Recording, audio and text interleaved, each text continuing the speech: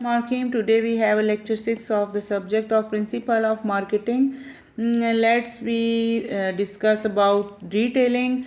What is retailing? Retailing is a distribution process in which all the activities involved in selling the merchandise directly to the final consumer. Retailers क्या होते हैं जो कि distribution process का हिस्सा होते हैं और वो क्या करते हैं कि हम चीज़ों को ख़रीदते हैं होलसेलर से और कंज्यूमर्स तक उनको डिलीवर करते हैं। रिटेलर्स का काम ये होता है कि वो जो है एंड कंज्यूमर तक प्रोडक्ट को अवेलेबल करते हैं जो कि बल्क में नहीं होती, लेकिन आप उन्हें जो है एक या दो चीज़ें भी ख़रीद सकते हैं। जितनी आपकी ज़रूरत है आप उसके हिसाब से भी उस चीज़ को ख़रीद सकते हैं। उसके अलावा कंज्यूमर होता है the one who intends to use the product. वो शख्स या वो जो कि उस प्रोडक्ट को यूज़ कर रहा होता है।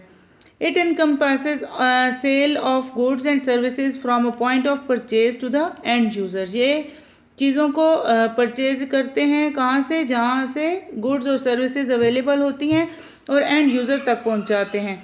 Who is going to use the product, जो कि उस प्रोडक्ट को यूज़ कर रहे होते हैं।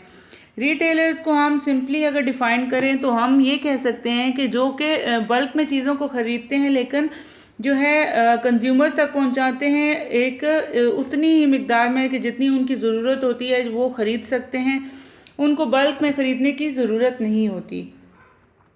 उसके बाद हमारे पास आ जाती हैं types of retailing. Types of retailing जो है उसमें स्टोर रिटेलिंग आता है। स्टोर रिटेलिंग क्या है? Department store is the best form of store retailing. Departmental stores होते हैं हमारे पास या डिफरेंट स्टोर्स होते हैं, मार्केट्स होती हैं हमारे पास जिसमें वो चीज़ों को फ़रोख्त करते हैं।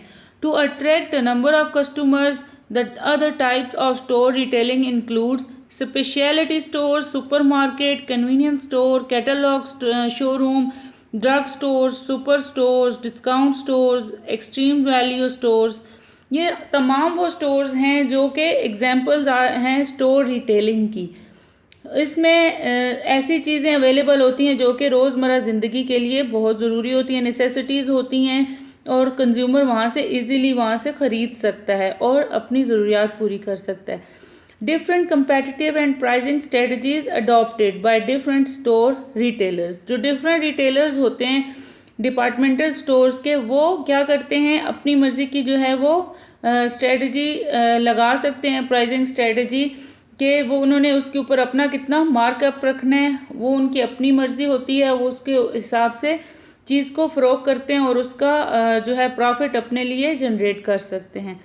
उसके बाद हमारे पास आ जाती है non store retailing. Non store retailing में क्या आएगा? It is evident from the name itself that when the selling of merchandise take place outside the conventional shops और stores.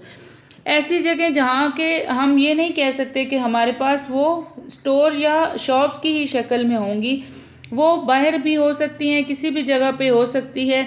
It is termed as non store retailing. It is classified as under non store retailers में आगे हमारे पास जो आगे different types आ जाती हैं उनमें सबसे पहले है डायरेक्ट मार्केटिंग। डायरेक्ट मार्केटिंग क्या है? In this process consumers direct channels are employed by the company to reach and deliver products to the customers. जो डायरेक्ट मार्केटिंग में क्या करते हैं, कंज्यूमर्स को जो है वो डायरेक्टली जो है वो प्रोडक्ट्स डिलीवर करते हैं कस्टमर्स को।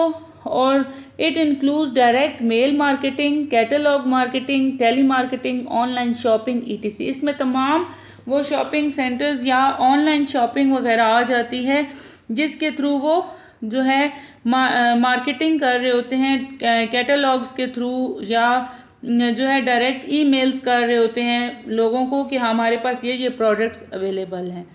आपने अगर ख़रीदनी है तो आप हमें ईमेल्स के रिप्लाई में बता सकते हैं या जो भी कैटलॉग के थ्रू अगर आप कर रहे हैं तो आपको उसके अंदर तमाम इन्फॉर्मेशन कैटलॉग के अंदर मौजूद होगी और आपने उसके हिसाब से अपनी रिक्वायरमेंट के मुताबिक आपने उसमें ऑर्डर करना होता है। उसके बाद आ जाती है direct selling, otherwise called as multi level selling and network selling that involves door to door selling और एट होम सेल्स पार्टीज।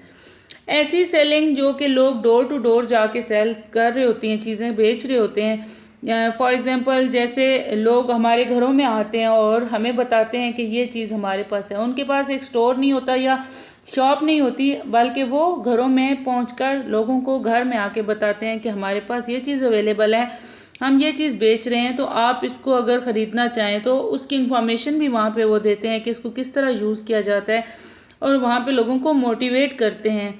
उसके बाद वो चीज़ को सेल करते हैं। Here in this process, the salesperson of the company visit the home of the host who has invited acquaintances. The salesperson demonstrate the products and take orders. वहाँ वो लोगों को डेमोन्स्ट्रेट करते हैं, मीन्स इन्फॉर्मेशन देते हैं उस प्रोडक्ट के बारे में और वहाँ से ऑर्डर लेते हैं।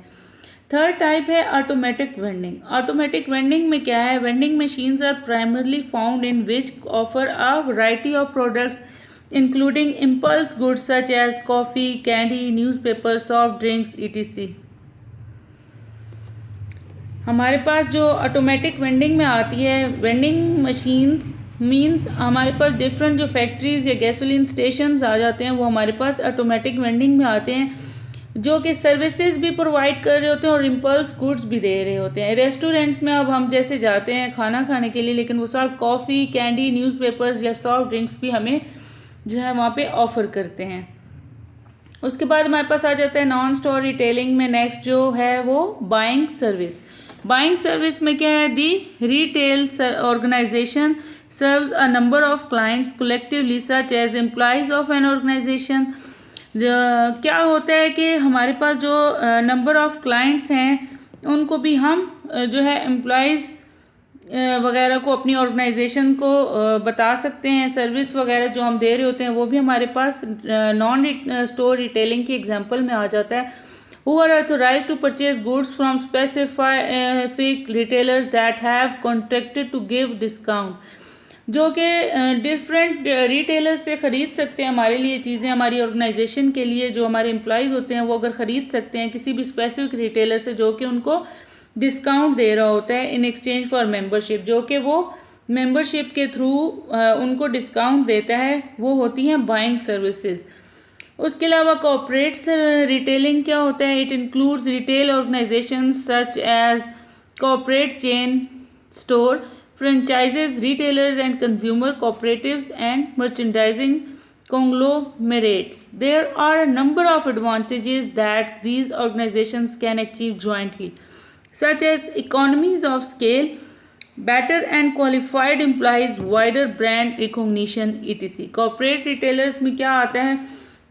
जो हमारे पास कॉर्पोरेट चेन स्टोर्स होती हैं या फ्रेंचाइजेज़ वगैरह जो डिफरेंट जो ऑर्गेनाइजेशंस होती हैं वो प्रोवाइड करती हैं, हम उनसे फ्रेंचाइज ले लेते हैं और उसके हिसाब से उनके प्रोडक्ट को हम आगे मार्केट में लेके आते हैं और रीसेल करते हैं। रिटेलर्स एंड कंज्यूमर कोऑपरेटिव, जो रीसेलर्स होते हैं और कंज्यूमर्स के होते हैं कोऑपरेटिव, जो आपस में कोऑपरेटिव उनके डील्स होती हैं वो इसमें आ जाती हैं कोऑपरेटिव रिटेलर्स में।